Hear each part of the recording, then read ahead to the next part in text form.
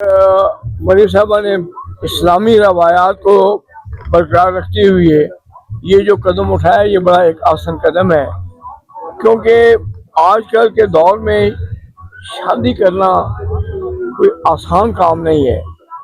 गरीब से गरीब आदमी भी हो, लेकिन उसको कुछ न कुछ तो बहाना करना पड़ता है, कोई जहेज देना पड़ता है, मेहमानों को खाना खिलाना पड़ता है, जो कि मैं समझता हूँ कि ऐसे लोग जो यहाँ पर आज मौजूद हैं उनके लिए ये मुमकिन नहीं है।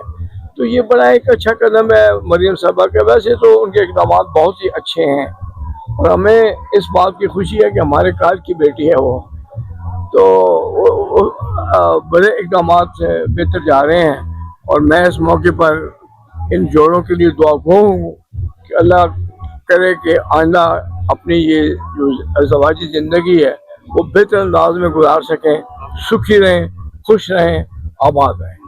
तो क्या ये मुस्तकबिल में भी ऐसे प्रोग्राम जारी रहेंगे? जी, ये प्रोग्राम जारी रहेंगे, बल्कि इसमें बेहतरी आती जाएगी, तादाद बढ़ती जाएगी, क्योंकि ये एक इंसान की बुनियादी ज़रूरत है शादी। तो मैं समझता हूँ ये आगे चलकर मज़ीद ये प्रोग्राम बढ़ेगा और इसमें और भी बहुत से लोग मुस्तफ़ीद होंगे।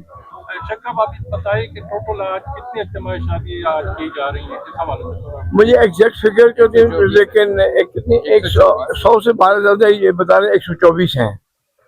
तो अगले मरहले में भी होंगी, अभी फिर 124 है सर। 12 इनका कहना है कि 124 है, वो बता रहे हैं 155 है, लेकिन साफ ज़ाहिर है 100 से ज़्यादा ही है।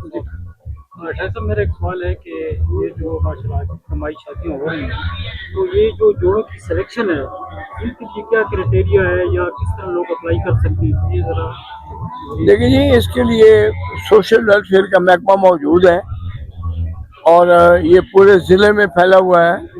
ये आपको हर जगह पे असिस्ट करेंगे, क्योंकि ये मालूमात इकट्ठी करते रहते हैं कि कहाँ कौन सी बच्ची है जो शादी की ख्वाहिशमंद है और कौन सा बच्चा है जो ख्वाहिशमंद है।